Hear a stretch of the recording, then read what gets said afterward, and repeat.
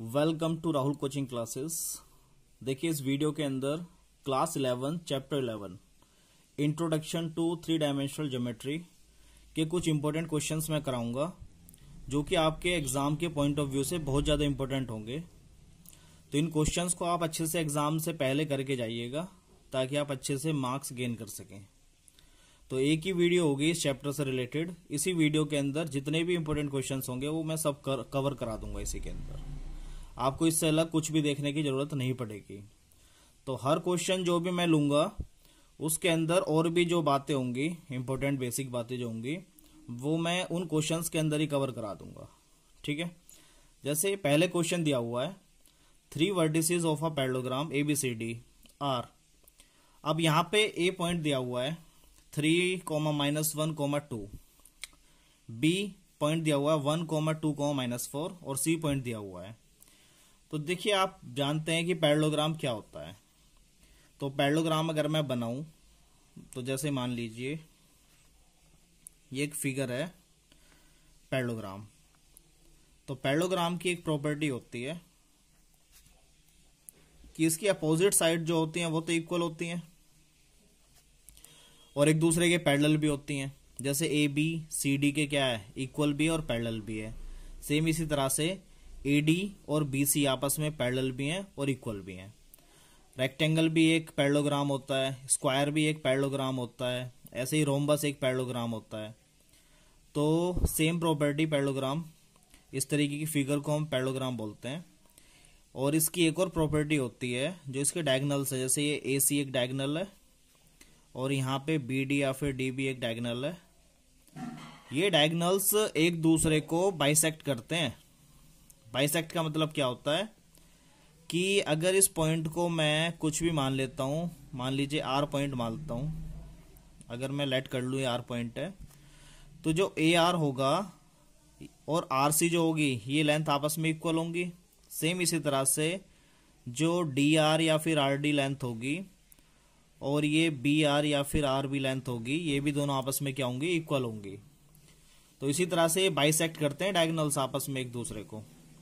तो अब इसमें क्वेश्चन में दिया हुआ है ए के कोऑर्डिनेट्स आपको गिवन है। वो क्या क्या गिवन है, 3, -1 और 2। ये XYZ की वैल्यू होती है। अच्छा, बी कोऑर्डिनेट आपको दिया हुआ है 1, 2, -4। सेम इसी तरह से सी की वैल्यू आपको दी हुई है -1, 1 और 2। और जो डी कोऑर्डिनेट है वो आपसे पूछा है कि जो फोर्थ कोऑर्डिनेट होगा वो आपको बताना है, फोर्थ वर्टेक्स। जैसे इसको मैं लेट कर लेता हूं X, Y और Z। अब मेरे को इसके कोऑर्डिनेट्स फाइंड करने हैं X, Y, Z के। तो क्वेश्चन के अंदर ये आपको करना है सॉल्व। तो देखिए करेंगे कैसे, सिंपल तरीका क्या होता है। अब इसके कई सारे तरीके हैं सॉल्व करने के। तो सबसे बेस्ट मेथड आपको क्या होगा सॉल्व करने का वो मैं आपको बताऊंगा। ये क्वेश्चन बहुत टाइम पूछा जाता है हर एग्जाम के अंदर 11th क्लास में। तो 3D से सबसे इंपॉर्टेंट क्वेश्चन है ये। तो ये क्वेश्चन मेनली आपको हर एक क्वेश्चन पेपर के अंदर देखने को मिलेगा कि किसी पैरेललोग्राम दिया हुआ है या रोम्बस दिया हुआ है या स्क्वायर दिया हुआ है या फिर रेक्टेंगल दिया हुआ है। 3 कोऑर्डिनेट्स दे देगा, चौथा पूछेगा। हर बार यही देखेंगे आप। तो अब इस बेसिक क्वेश्चन को आप समझ जाइए कैसे सॉल्व करना होता है, तो आप बाकी के सारे क्वेश्चंस को आप आराम से कर सकते हैं। तो देखिए अब इसके अंदर क्या होगा। तो मैंने डी कोऑर्डिनेट को XY Z माना हुआ है, तो मेरे को ये डी कोऑर्डिनेट की वैल्यू फाइंड करनी है ना। तो देखिए तरीका क्या होगा। अब आप एक चीज बताइए मेरे को कि ये जो AC की जो लेंथ है डायगोनल, इसका मिड पॉइंट क्या है, ये वाला पॉइंट है R। इसी तरह से जो BD की लेंथ है उसका भी जो मिड पॉइंट है वो भी तो R ही है। तो इसका मतलब AC का जो मिड पॉइंट अगर मैं निकाल लेता हूं तो वही मिड पॉइंट किसका होगा, BD का होगा। तो सेम ही चीजें होंगी ना। तो मान लीजिए अगर आपको कोई लाइन दी हुई है कि मान लीजिए AB एक लाइन है, अगर इसका मेरे को मिड पॉइंट फाइंड करना हो, मिड पॉइंट मैं इसका P मान लेता हूं। तो इसके कोऑर्डिनेट मान लीजिए A और B के कोऑर्डिनेट, जैसे आपने 10th क्लास में पढ़ा था कि अगर मैं मान लो 2, 3 कोऑर्डिनेट है A के और B के 4, 1 या कुछ भी है, और मेरे को P पॉइंट जो मिड पॉइंट है उसके कोऑर्डिनेट फाइंड करने होते थे। तो उसको मैं एक्स और वाई मानता था, क्योंकि आपने 10th क्लास में ये पढ़ा है। अब अगर मेरे को इसकी एक्स की और वाई की वैल्यू निकालनी है, किसी मिड पॉइंट की वैल्यू निकालनी है, तो हम कैसे निकालते थे? तो मिड पॉइंट फॉर्मूला यूज करते थे। कौन सा फॉर्मूला? Mid point. तो यही फॉर्मूला आप इसके अंदर यूज करेंगे।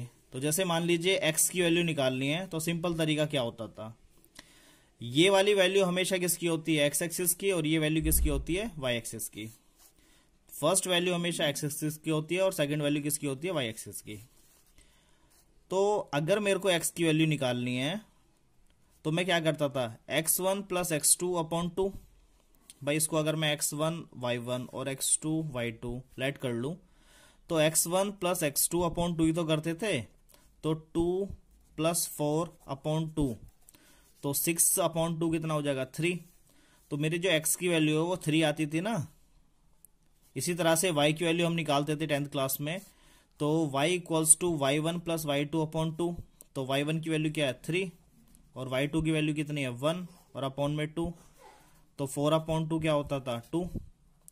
तो यही तो तरीका हम यूज करते थे। इसी तरीके को आप इस क्वेश्चन के अंदर यूज करेंगे। देखिए अब जैसे मान लीजिए आपको ए के भी कोऑर्डिनेट पता है तीनों, सी के कोऑर्डिनेट पता है। तो जो कोऑर्डिनेट पता है पहले इनका यूज करिए। इनका यूज करके आप मिड पॉइंट निकालिए, इस आर की वैल्यू को निकालिए। तो पहले मिड पॉइंट निकाल लेते हैं हम इन दोनों कोऑर्डिनेट्स को यूज करके, फिर मैं बताता हूं आगे आपको करना क्या है। तो देखिए, जैसा कि आप जानते हैं कि जो पैरेललोग्राम है वो बाइसेक्ट करते हैं डायगोनल एक दूसरे को। तो ये लिख के बताना तो पड़ेगा ना टीचर को। तो आप कैसे लिख के बताएंगे कि इन parallelogram diagonal bisects each other.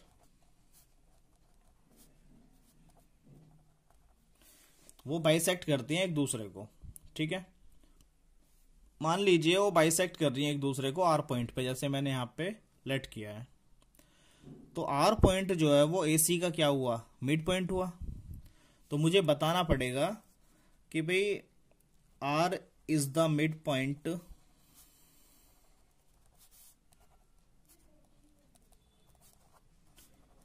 Of AC.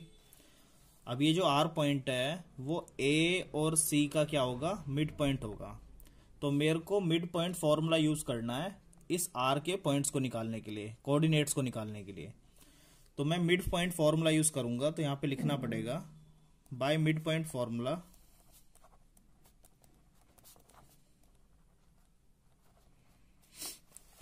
अब देखिए, मान लीजिए मेरे को आर के पॉइंट निकालने हैं। तो आर के पॉइंट कैसे निकालूंगा मैं? जो आर के पॉइंट होंगे, जो पहला पॉइंट होगा, अगर मैं इसको लेट कर लूं, इसको मैंने x1, y1 और z1 माना। इसको मैंने x2, y2 और z2 माना। तो पहला जो पॉइंट होता है वो x एक्सिस का होता है, x, y और z। अगर मैं इसको रखूं, पहला पॉइंट जो निकलेगा इसका वो कैसे निकलेगा? जब मैं x1 और x2 को प्लस कर दूंगा, जैसे यहां पे मैंने किया था, x1 और x2 को प्लस और 2 से क्या किया था? डिवाइड। तो सेम काम मैं यहाँ पे करूंगा।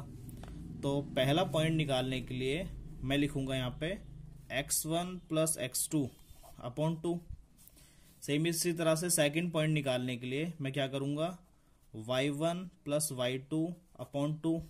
और सेम इसी तरह से जो थर्ड कोऑर्डिनेट होगा उसको निकालने के लिए मैं क्या करूंगा? z1 plus z2 upon 2। तो यही तो मैं यूज करूंगा फॉर्मूला, मिड पॉइंट फॉर्मूला बोलते हैं इसको। तो मैं इनकी वैल्यू मुझे पता है अच्छे से, मैं इसको पुट कर देता हूं। तो जैसे देखिए, x1 की वैल्यू 3 है, x2 की वैल्यू -1 है। तो यहां पे पुट करता हूं, ये आर के पॉइंट निकलेंगे। x1 की वैल्यू क्या है? 3 प्लस x2 की वैल्यू क्या है? -1। तो प्लस और ये -1 और अपॉन में क्या है? 2।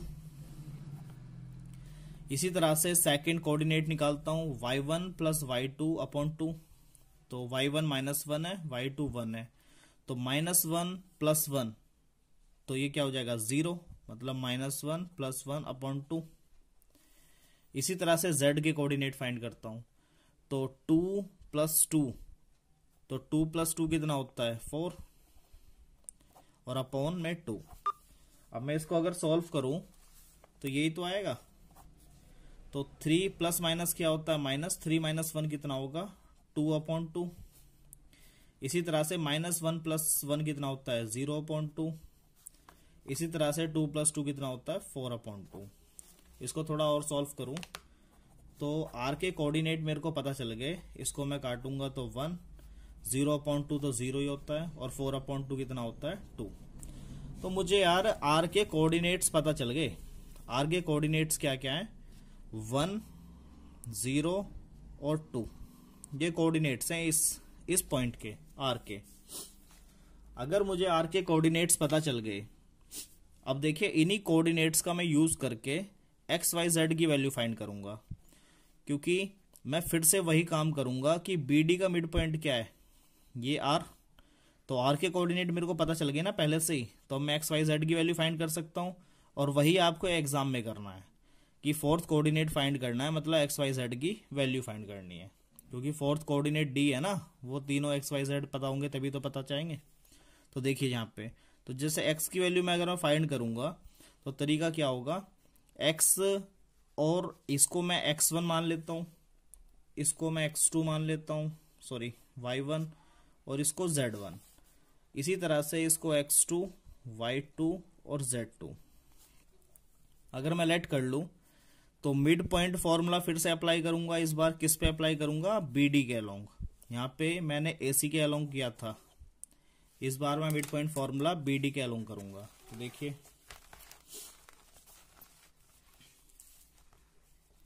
तो फिर से वही लिखेंगे, R is the mid point of BD। BD का मिड पॉइंट है, जब BD का मिड पॉइंट है R, ये जो R है वो BD का क्या है, मिड पॉइंट है। तो फिर से वही फॉर्मूला अप्लाई करूंगा, बाय मिड पॉइंट थ्योरम या बाय मिड पॉइंट फॉर्मूला।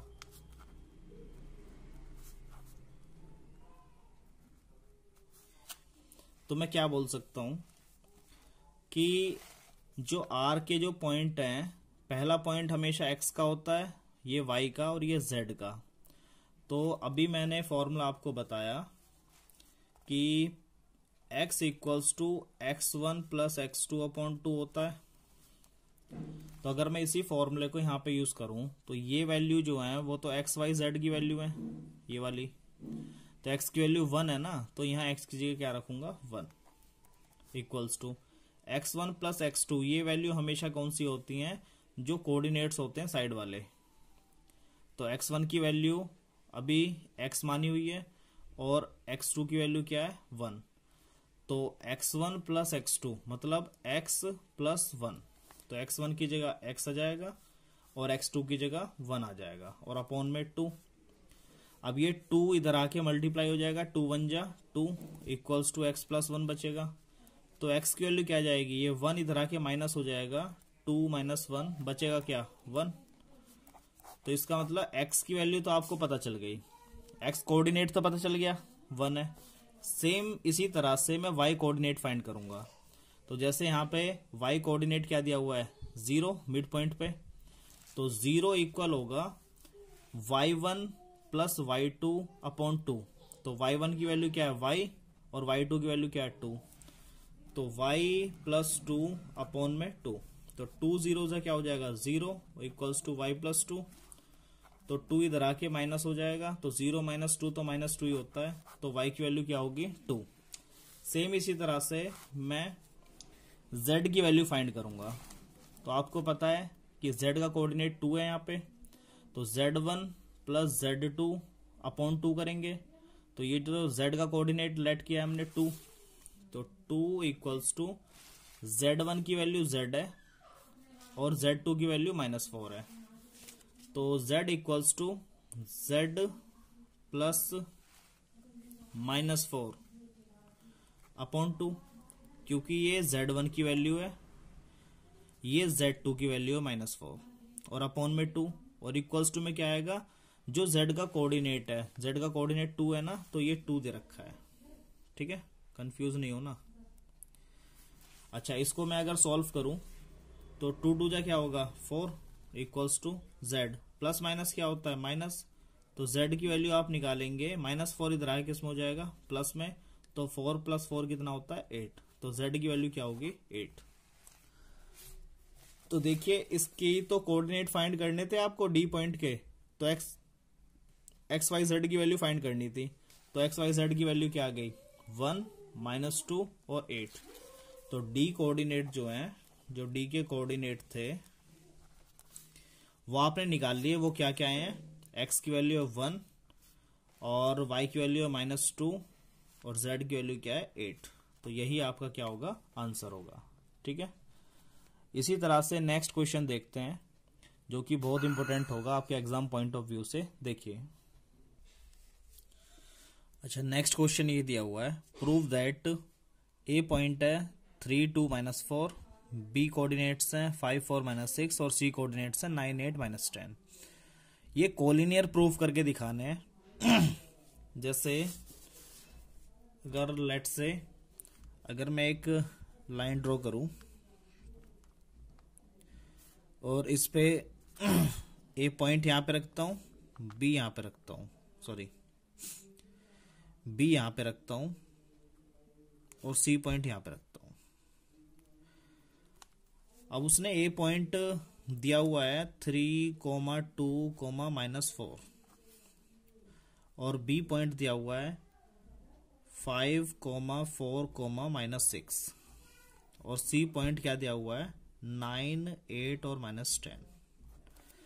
अब मुझे सबसे पहले तो प्रूव करना है कोलिनियर है ये, और फिर उसने बोला find the ratio in which B divide A C, कि ये जो बी है वो ए सी लाइन को किस रेशियो में डिवाइड कर रहा है, किस रेशियो में डिवाइड कर रहा है ये बी पॉइंट इस ए सी लाइन को, ये प्रूव करके दिखाना है, वो फाइंड करना है रेशियो। तो सबसे पहले कोलिनियर की बात करूं तो एक चीज देखिए, जैसे कोलिनियर का मतलब क्या होता है। कोलिनियर का मतलब होता है, मान लीजिए एक पॉइंट यहां पे है, एक पॉइंट यहां पे है और एक पॉइंट यहां पे है। अगर ये तीनों पॉइंट एक ही स्ट्रेट लाइन पे अगर लाई कर रहे हैं तो इस बात का मतलब होता है ये तीनों पॉइंट क्या है कोलिनियर है। लेकिन अगर मान लीजिए ये पॉइंट यहां पे ना होकर के थोड़ा ऊपर होता, तो क्या आप कोई स्ट्रेट लाइन ड्रॉ कर सकते थे? अगर ऐसे करते तो वो इधर जाती, फिर ये पॉइंट निकल जाता। तो ऐसे थोड़ी ना कर सकते हो कि ऐसे गए और फिर ऐसे आ गए। तो कोलिनियर का मतलब होता है तीन पॉइंट अगर एक स्ट्रेट लाइन के अंदर आ रहे हैं, एक स्ट्रेट लाइन पे आ रहे हैं, तो वो तीनों कोलिनियर होंगे। या 4 पॉइंट भी हो सकते हैं, 5 पॉइंट भी हो सकते हैं, लेकिन फिलहाल हम 3 पॉइंट की बात कर रहे हैं। तो 3 पॉइंट यहाँ पे क्या है कोलिनियर तभी होंगे जब वो एक स्ट्रेट लाइन के ऊपर आ रहे होंगे। तो इसके कई सारे तरीके हैं सॉल्व करने के। तो देखिए अगर मान लो ये 1, 2 और ये 3 पॉइंट है, अगर मुझे कोलिनियर प्रूफ करना है तो या तो मैं ऐसे कर सकता हूँ कि इन दोनों पॉइंट्स के बीच का डिस्टेंस निकालूं, इन दोनों पॉइंट्स के बीच का डिस्टेंस निकालूं और ये ए और सी के बीच का डिस्टेंस निकालूं। अगर मैं इसको ए बी सी मान लूं तो A B plus B C equal आना चाहिए ए सी के। या तो मैं डिस्टेंस फॉर्मूला का यूज करके निकाल सकता हूं या फिर मैं सेक्शनल फॉर्मूला का यूज करके निकाल सकता हूं, सेक्शनल फॉर्मूला। तो देखिए अगर मैं इस क्वेश्चन को सेक्शनल फॉर्मूला के थ्रू, मेरे को रेशियो भी फाइंड करना है और कोलिनियर प्रूफ भी करने हैं, तो सबसे पहले मैं इसका रेशियो फाइंड करता हूं। तो लेट कर लेता हूं मैं ये जो बी पॉइंट है ये ए सी लाइन को के रेशियो 1 के अंदर क्या कर रहा है, डिवाइड कर रहा है। तो हमेशा ध्यान रखिएगा जब भी आपको रेशियो फाइंड करना हो और आपको कोऑर्डिनेट्स दिए हो तो हमेशा के रेशियो 1 को आप लेट कर लीजिए कि इसका जो रेशियो है वो क्या है के रेशियो 1। तो अगर मैं बात करूं इस क्वेश्चन में तो आपने लेट कर लिया के रेशियो 1 जो है रेशियो है इसका। तो यहाँ पे जो बी कोऑर्डिनेट के जो पॉइंट है, ये जो पॉइंट है वो कैसे निकालते हैं, अगर मैं निकालने की बात करूं सेक्शनल फॉर्मूला के थ्रू, तो आप ऐसे निकाल सकते हैं कि बी कोऑर्डिनेट के जो पॉइंट होंगे वो फॉर्मूला होता है, अगर मैं इसको m1 या m2 या फिर m और n कुछ भी आप लेट कर सकते हो। m और n भी मान सकते हो, m1 प्लस m2 भी मान सकते हो, या कुछ भी, मतलब m1 m2 या कुछ भी।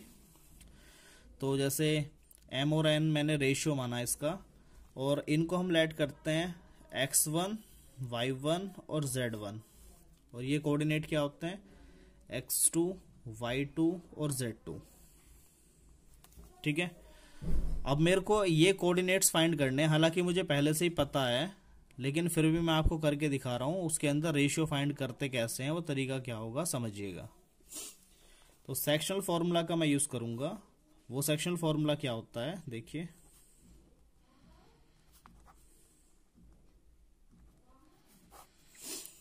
तो इसके अंदर अगर मेरे को ये पहली वैल्यू x की होती है, सेकंड वैल्यू y की होती है, थर्ड वैल्यू किसकी होती है z की।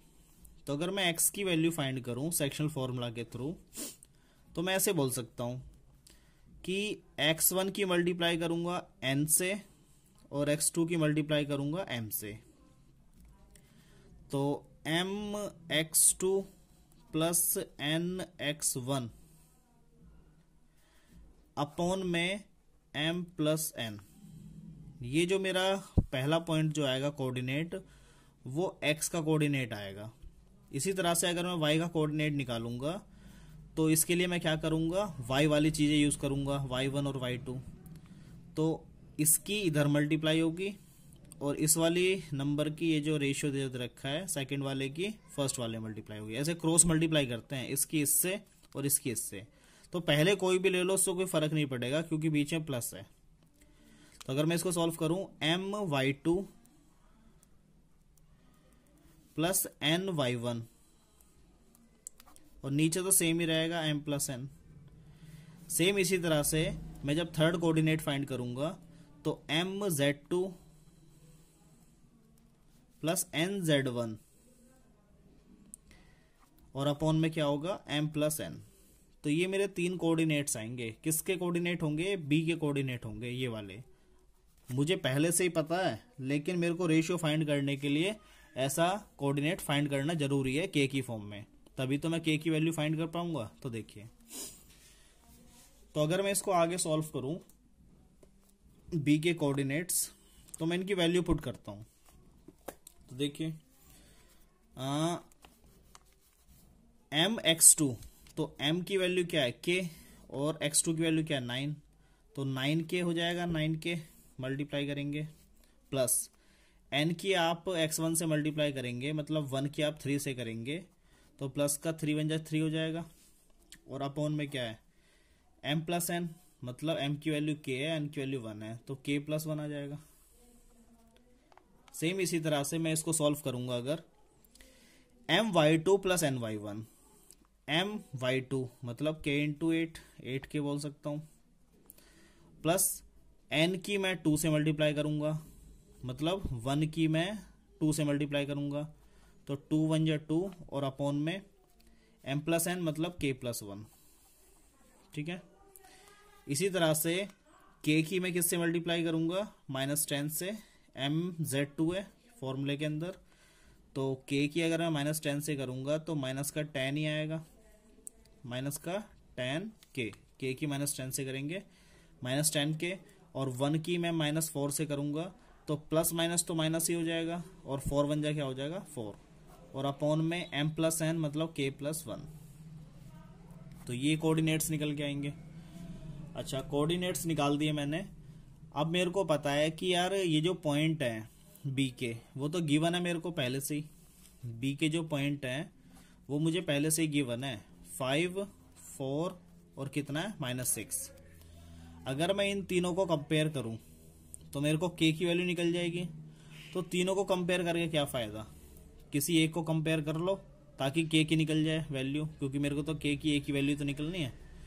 तो अगर मैं मान लीजिए इनको कंपेयर करूं, फर्स्ट वाले को, तो 9k जो पहला पॉइंट है, इन दोनों को कंपेयर करूं, इन दोनों को, क्योंकि ये वाला पॉइंट जो है ये शुरू को ही तो रिप्रेजेंट कर रहा है, ये वाला इसको रिप्रेजेंट कर रहा है, और ये वाला इसको रिप्रेजेंट कर रहा है। तो दोनों को कंपेयर कर सकता हूं ना मैं, किसी को भी, तो किसी को भी कंपेयर करके आप के की वैल्यू फाइंड कर सकते हैं। तो देखिए मान लीजिए 9k+3 और अपॉन में क्या है k+1, इसको अगर मैं रखूं 5 के इक्वल तो सॉल्व करके देखते हैं क्या आता है। तो k+1 की 5 से मल्टीप्लाई करूंगा, 9k+3 तो यहाँ पे ऐसे रहेगा, k+1 की 5 से मल्टीप्लाई करूंगा तो 5k और प्लस 5 1 जा 5 होगा। अब k वाले एक तरफ करूंगा तो 9k - 5k इक्वल्स टू में 5 यहाँ पे ऐसे रहेगा, ये +3 इधर आके किस में हो जाएगा माइनस में। तो 9k में से 5k माइनस करूंगा तो 4k इक्वल्स टू 5 - 3 कितना हो जाएगा 2। तो k की वैल्यू कितनी जाएगी 2/4, 2/4 और काटूंगा मैं इसको तो 1/2। तो k की वैल्यू 1/2 मिल गई आपको। अब k की वैल्यू अगर 1/2 है, अब इस रेशियो को देखिए, अगर यहां मैं k की जगह 1/2 लिख दूं, जैसे मान लीजिए k रेशियो 1 है ना, तो k की जगह अगर मैं 1/2 लिख दूं और रेशियो 1 यहाँ पे ऐसे रहेगा, तो ये 2 ऑटोमेटिकली इधर आके क्या हो जाएगा मल्टीप्लाई में, तो रेशियो क्या बन जाएगा 2 इधर आके 2 बन जाए क्या हो जाएगा 2, तो 1/2। तो मतलब k रेशियो 1 की जो वैल्यू आएगी है वो 1/2 है। तो इसका तो रेशियो तो मुझे पता चल गया कि भाई रेशियो क्या है, आपका जो रेशियो है वो मुझे पता चल गया कि 1/2 है। ठीक है, एक तो रेशियो फाइंड करना था इस क्वेश्चन के अंदर, क्योंकि यहाँ पे बोला है कि find the ratio in which b divides AC। b किस रेशियो में डिवाइड कर रहा है AC को, तो आपने बता दिया 1/2 में डिवाइड कर रहा है। ठीक है, लेकिन मुझे अभी कोलिनियर भी प्रूफ करने हैं। तो कोलिनियर का मतलब क्या है अभी मैंने बताया आपको। तो एक तरीका तो डिस्टेंस फॉर्मूला से होता है और एक तरीका होता है आप सेक्शनल फॉर्मूला के थ्रू कर सकते हैं। तो अगर मैंने मान लो k रेशियो 1 k की वैल्यू फाइंड कर ली और इसका रेशियो फाइंड कर लिया, अगर ये तीनों पॉइंट कोलिनियर होंगे, ये तीनों पॉइंट कोलिनियर होंगे, तो जो k की वैल्यू है ये जो हमारी 1/2 है, भाई इन दोनों को भी तो सेटिस्फाई करेगी, इन दोनों को मतलब तीनों को ही सेटिस्फाई करेगी वैसे तो। लेकिन जब इसी से तो हमने k की वैल्यू फाइंड करी है तो इसको तो सेटिस्फाई कराने की जरूरत नहीं है। तो इन दोनों को अगर मैं सेटिस्फाई करा दूं, कोऑर्डिनेट्स फाइंड कर दूं कि अगर मैं यहाँ k की वैल्यू डालूं कितनी 4, k की वैल्यू यहाँ पे कितनी दी हुई है अभी निकाली थी 1/2, ये निकाली। तो अगर 1/2 में यहाँ पे पुट करूं k की जगह और मेरा आंसर मान लो सॉल्व करके 4 ही आ जाता है, और यहाँ पे पुट करूं k की वैल्यू 1/2 और 6 आ जाता है माइनस का, तो इसका मतलब ये तो सेटिस्फाई कर रही है ना इस लाइन को। तो मैं ऐसे बोल सकता हूं कि अगर ये सेटिस्फाई कर रहे हैं पॉइंट k की वैल्यू, तो पक्का ये तीनों क्या होंगे पॉइंट एक दूसरे के कोलिनियर हैं, मतलब एक लाइन पे ही ये क्या कर रहे हैं लाई कर रहे हैं। तो k की वैल्यू इन दोनों के अंदर पुट करके चेक करते हैं कि क्या ये कोलिनियर हैं, सेटिस्फाई कर रहे हैं या नहीं। तो ये सेकंड पॉइंट y कोऑर्डिनेट्स का होता है और ये z का होता है। तो मैं लिख लेता हूं,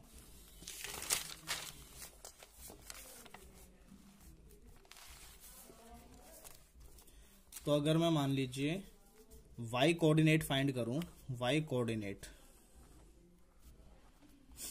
तो वो पॉइंट क्या दिया हुआ था 8k+2 upon k+1, 8k+2 upon k+1। तो अब मैं इसके अंदर k की वैल्यू पुट करके देखता हूं। तो अगर 8 इंटू k की जगह 1/2 पुट करूं, क्योंकि k की वैल्यू यही तो थी हमारी, ये निकाली थी यहाँ पे, तो 1/2 पुट करके देखता हूं कि सेटिस्फाई करेगी इक्वेशन को या नहीं। यहाँ पे ही 1/2 डाली k की जगह, तो सॉल्व करते हैं। तो देखिए तो कैंसिल हो रहा है, 2 4 जा 8, तो 4 1 जा 4 प्लस 2 कितना हो जाएगा 6, और 1/2 प्लस 1 को सॉल्व करूंगा 2 1 जा 2, 2 प्लस 1 3, 3/2 आ जाएगा। तो यहाँ पे 3 2 जा 6 हो जाएगा और ये 2 पर आके मल्टीप्लाई होगा तो कितना आ रहा है 4। तो देखिए y कोऑर्डिनेट 4 आ रहा है ना, अगर k की वैल्यू 1/2 पुट कर रहे हैं और यहाँ पे भी क्या था 4 ही था, इसका मतलब सेटिस्फाई कर रहा है ना ये 4। सेम इसी तरह से इसको भी चेक कर लेते हैं, -10k -4, -10k -4 अपॉन k+1, ये z कोऑर्डिनेट है। तो इसको भी सॉल्व करके देख लेते हैं। तो -10 इंटू के की जगह क्या रखेंगे 1/2, -4 यहाँ पे ऐसे रहेगा और के की जगह 1/2 + 1। अब इसको ये कैंसिल हो रहा है, 2 5 जा 10, तो -5 1 जा -5, -4 कितना हो जाएगा -9 अपॉन में 1/2 + 1 कितना होता है 3/2। तो ये तो कैंसिल हो रहा है, 3 3 जा 9 और 2 3 जा क्या हो जाएगा 6, तो माइनस का 6 आ रहा है। और देखो ये सेटिस्फाई कर रहा है, इसके अंदर के की वैल्यू 1/2 डालने पर यहाँ पे -6 ही आ रहा है, इसका मतलब सेटिस्फाई कर रहा है। तो अगर मेरे पॉइंट सेटिस्फाई हो रहे हैं तो मैं ऐसे बोल सकता हूँ, इसका मतलब क्या है, ये तीनों के तीनों पॉइंट क्या है कोलिनियर है, ये तीनों पॉइंट क्या है कोलिनियर। तो मैं लास्ट में बोल सकता हूँ therefore these points of B are collinear. नहीं समझ में आया? तो ये है सॉल्यूशन इस क्वेश्चन का, और ये क्वेश्चन बहुत ही महत्वपूर्ण है, मतलब इम्पोर्टेंट है आपके लिए, जो कि आपके एग्जाम के अंदर आने के काफी ज्यादा चांसेस होते हैं इस चैप्टर से। तो ये कुछ क्वेश्चंस मैं आगे भी लेता हूं जो कि काफी ज्यादा महत्वपूर्ण है आपके लिए। ठीक है, नेक्स्ट क्वेश्चन देखिएगा आप। देखिए क्वेश्चन देखिए, if the origin is the centroid of the triangle P Q R with vertices P Q और R, then find the value of ABC. ये काफी ज्यादा इंपॉर्टेंट क्वेश्चन है जो कि सेंट्रोइड से आता है, सेंट्रोइड से काफी ज्यादा बार देखने को मिलेगा आपको। जैसे अगर मैं मान लीजिए एक ट्राइंगल बनाता हूं, तो पहले क्वेश्चन समझिएगा। अगर ट्राइंगल के अंदर 3 पॉइंट दिए हुए हैं P, Q, R, अब P पॉइंट जो दिया है वो क्या दिया हुआ है 2A, 2 और 6, ये कोऑर्डिनेट्स हैं XYZ के। ऐसे ही Q में क्या दिए हुए हैं -4, 3B और -10, XYZ के कोऑर्डिनेट हैं Q के। और R के क्या गिवन है 8, 14 और 2C। तो मुझे ये वाला A, ये वाला B और ये वाला C, इन तीनों की वैल्यू फाइंड करनी है इसके अंदर। अब देखिए उसने पहली बात क्या बोली है, if the origin is the centroid of triangle PQR। अच्छा, PQR ट्राइंगल का सेंट्रोइड का मतलब होता है जो सेंटर का पॉइंट होता है इनका। तो ये वाला जो पॉइंट है ना सेंट्रोइड बोलते हैं इसको। अब ये उसने बोल रखा है पहले ही कि भैया ये ओरिजिन है, ओरिजिन पे लाई कर रहा है। ओरिजिन मतलब क्या होता है आपको पता है कि जैसे अगर मान लो एक्स एक्सिस, वाई एक्सिस, या फिर इसके अंदर तीनों एक्सिस अगर मैं लूं एक्स वाई और जेड एक्सिस, तो ये सेंटर होता है ना, इसी को ओरिजिन बोलते हैं। ओरिजिन पे एक्स वाई और जेड की वैल्यू क्या होती है 0 0 0। तो इसी तरह से यहाँ पे तीनों वैल्यू क्या होंगी एक्स वाई जेड की 0 0 और 0। ठीक है, तो ये जैसे क्वेश्चन ने बोला हमने ऐसे वैल्यू यहाँ पे लिखी। अब एक चीज बताइए, सेंटर जो सेंट्रोइड के पॉइंट हैं वो हमें 0 0 0 तो पता है क्योंकि ओरिजिन बोल दिया था उससे, ये तो पता चल गया। लेकिन अगर मेरे को तीनों वर्टेक्स के पॉइंट कोऑर्डिनेट्स दे रखे हैं तो मैं उससे भी तो सेंट्रोइड के पॉइंट निकाल सकता हूं। जब आपको किसी ट्राइंगल के तीनों वर्टेक्स के पॉइंट आपको गिवन हो तो आपको सेंट्रोइड निकालने के लिए बोले तो आराम से निकाल सकते हो आप। क्वेश्चन ऐसे भी आ सकता है कि सेंट्रोइड के पॉइंट फाइंड करिए, अगर आपको ये तीनों पॉइंट्स दिए हुए हैं तो आप कैसे फाइंड करेंगे, तो आपको क्या पता होना चाहिए इसका फॉर्मूला। तो सेंट्रोइड के तीनों पॉइंट्स निकालने के लिए एक फॉर्मूला होता है सिंपल, जो आपको पता होना चाहिए। जैसे लेट से मैं इसको एक लेट कर लेता हूं ए, यहाँ पे ये सेंट्रोइड है हमारा। तो अगर मेरे को सेंट्रोइड के पॉइंट फाइंड करने हैं, मतलब ए के तीनों पॉइंट फाइंड करने हैं, तो मैं क्या बोल सकता हूं, तो जो इसका फॉर्मूला होता है पहला एक्स का होता है, सेकंड वाई और जेड, तीनों कोऑर्डिनेट फाइंड करने का क्या फॉर्मूला होगा। एक्स के लिए होगा x1 plus x2 plus x3 upon 3। यहाँ पे 2 मत कर देना 3, क्योंकि ऊपर 3 वैल्यू है। इसी तरह से y1 plus y2 plus y3 upon में क्या आ जाएगा 3। ऐसे z1 plus z2 plus z3 और अपॉन में क्या आ जाएगा 3। तो ये पहला जो कोऑर्डिनेट है वो ऐसे निकलता है, ये सेकंड वाई का कोऑर्डिनेट और ये z का कोऑर्डिनेट। तो मैं x, y और z ये तीनों कोऑर्डिनेट फिर से निकालने की कोशिश कर रहा हूँ इन पॉइंट्स के बेसिस पर। तो ये सेंट्रोइड का फॉर्मूला होता है, सेंट्रोइड का, सेंट्रोइड के पॉइंट्स निकालने का। तो अगर मैं वैल्यू पुट करूं तो देखिए यहाँ पे किसी को भी मान लीजिए, मैं इसको x1, y1 और z1, इसको x2, y2 और z2, इसको x3, y3 और z3। तो अगर मैं इसको x1, इसको y1, z1, इसको x2, y2, z2, इसको x3, y3, z3 लेट करूं तब भी कोई प्रॉब्लम नहीं है, आप किसी को भी मान सकते हैं, ठीक है। अब देखिए इसके अंदर क्या होगा, मैं वैल्यू पुट करता हूं। तो अगर मैं यहां पे वैल्यू पुट करूं x1 plus x2 plus x3, तो x1 की वैल्यू क्या है 2a, x2 की वैल्यू क्या है -4 और x3 की वैल्यू क्या है 8। तो 2a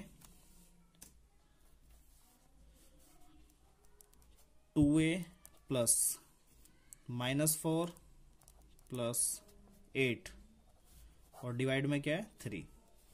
इसी तरह से इन तीनों की वैल्यू पुट करता हूं, 2 प्लस 3b और प्लस 14, 2 प्लस 3b और प्लस में क्या है 14 अपॉन में 3।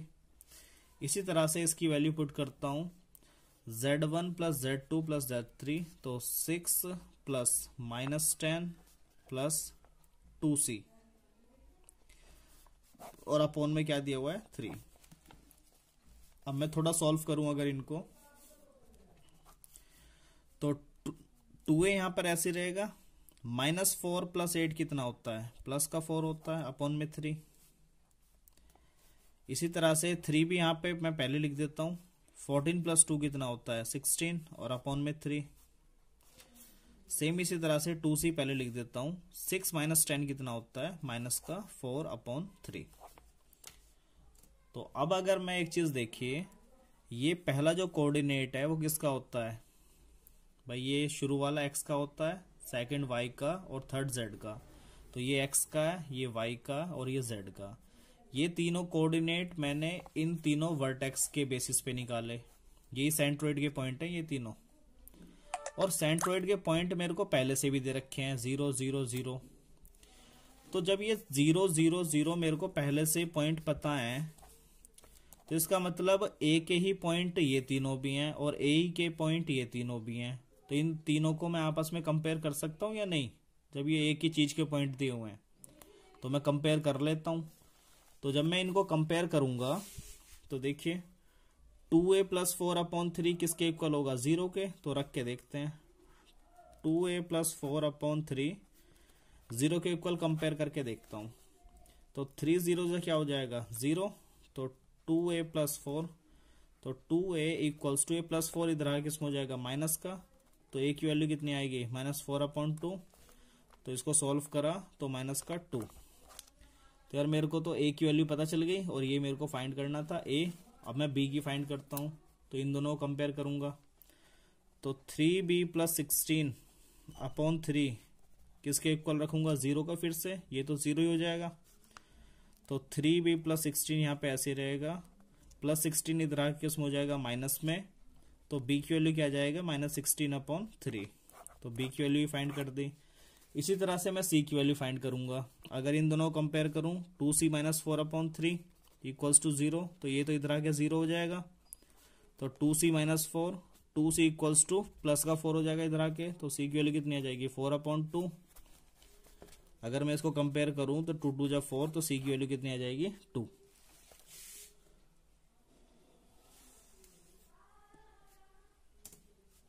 तो देखिए मैंने इस क्वेश्चन के अंदर उसने यही बोला था कि आपको ए बी सी की वैल्यू फाइंड करनी है, ए बी और सी। तो ए बी सी की वैल्यू हमने फाइंड कर दी। उसने बोला था सेंट्रोइड जो है वो ओरिजिन पे है ट्राइंगल के अंदर। तो इसका जो सेंट्रोइड होता है, बीच का पॉइंट जो होता है वो एक ओरिजिन पे है।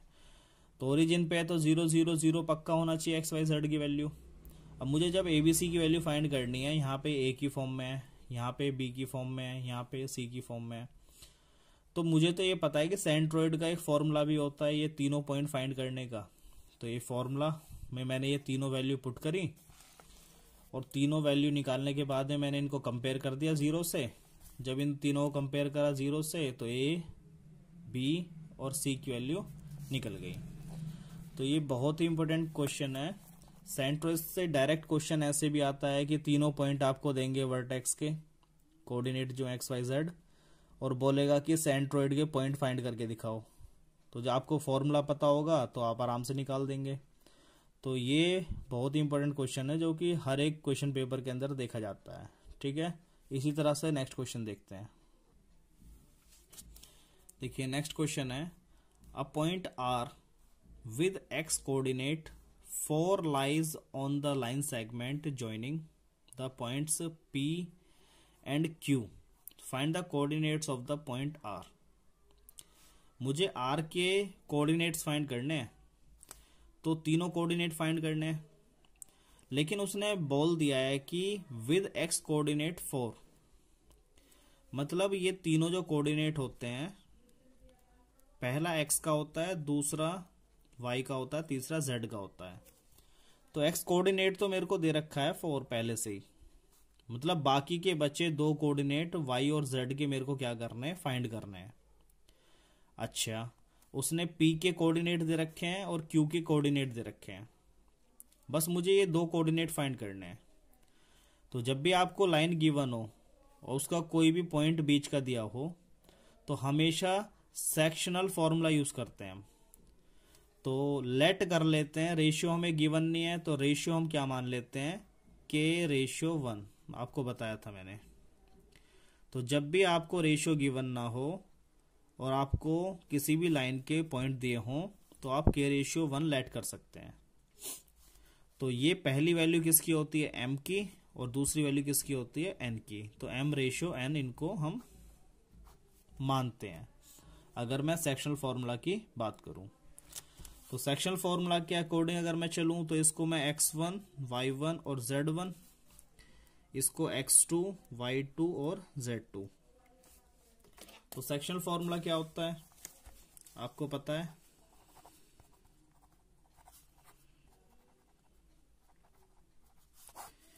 तो जैसे अगर मैं सेक्शनल फॉर्मूला से इस क्वेश्चन को सॉल्व करूं, इसके कोऑर्डिनेट्स फाइंड करने के लिए, तो मुझे पता है कि शुरू की वैल्यू क्या होती है सेक्शनल फॉर्मूला के, अगर पॉइंट निकालूं मैं R से, तो M, देखिए M की आप मल्टीप्लाई करते हैं X2 में और N की मल्टीप्लाई करते हैं X1 में, और अपॉन में क्या आता है M+N, मतलब K+1। तो फॉर्मूला होता है MX2 plus NX1 upon M+N।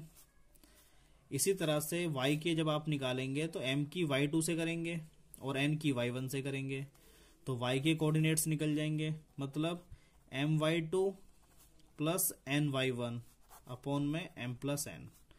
Same इसी तरह से Z के निकाल सकते हैं, MZ2 प्लस NZ1 अपॉन में M+N। तो ये तीनों कोऑर्डिनेट्स आप सेक्शनल फॉर्मूला के थ्रू निकाल सकते हैं। अब देखिए M की वैल्यू तो मुझे K दी रखी है और N की वैल्यू 1 जो कि मैंने लेट की थी। तो अगर मैं इसके अंदर वैल्यू पुट करूं तो M की जगह आप K रख सकते हैं, तो M X2 की वैल्यू क्या है 8, तो 8K और प्लस में NX1, मतलब 1 की मैं X1 से करूंगा, 1 2 जा क्या होता है 2, और अपॉन में M+1 मतलब K+1।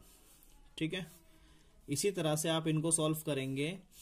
My2 मतलब M की आप Y2 से करेंगे, K की आप 0 से करेंगे तो 0 ही आएगा, प्लस NY1 1 की आप -3 से करेंगे तो कितना आएगा, -3 आएगा, और अपॉन में K+1, यहाँ पे सेम ही रहेगा।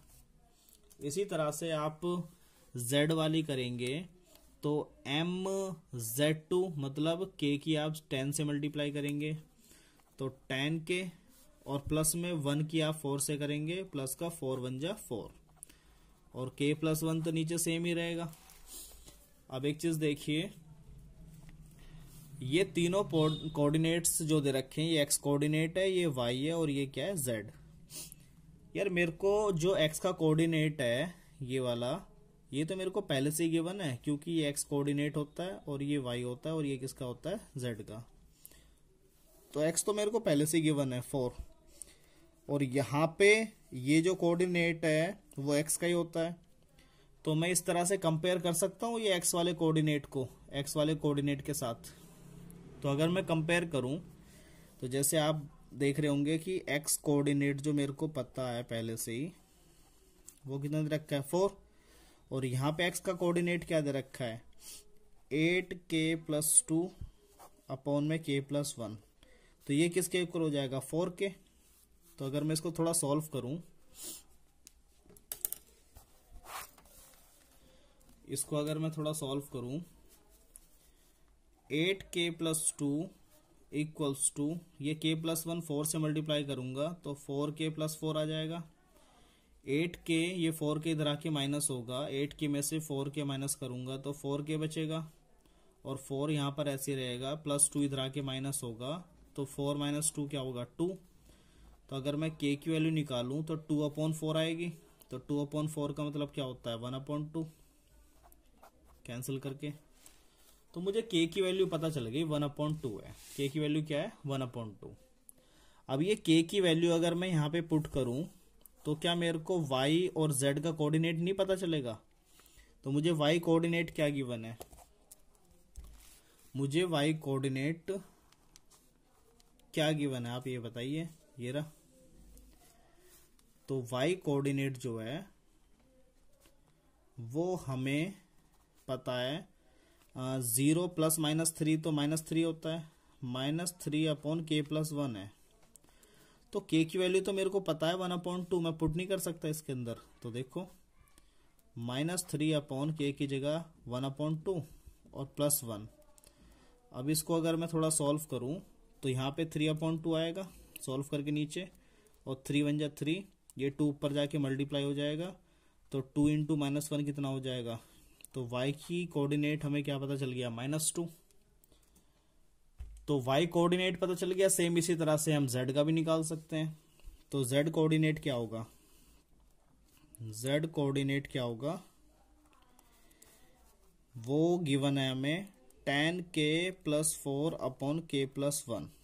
तो यहाँ पे हम वैल्यू पुट करते हैं, 10 × k की जगह 1/2 पुट करा, +4 अपॉन 1/2 +4, सॉरी 1 है यहाँ पे। तो ये तो कैंसिल हो रहा है, 5 + 4 कितना होता है 9, और अपॉन में क्या है 3/2।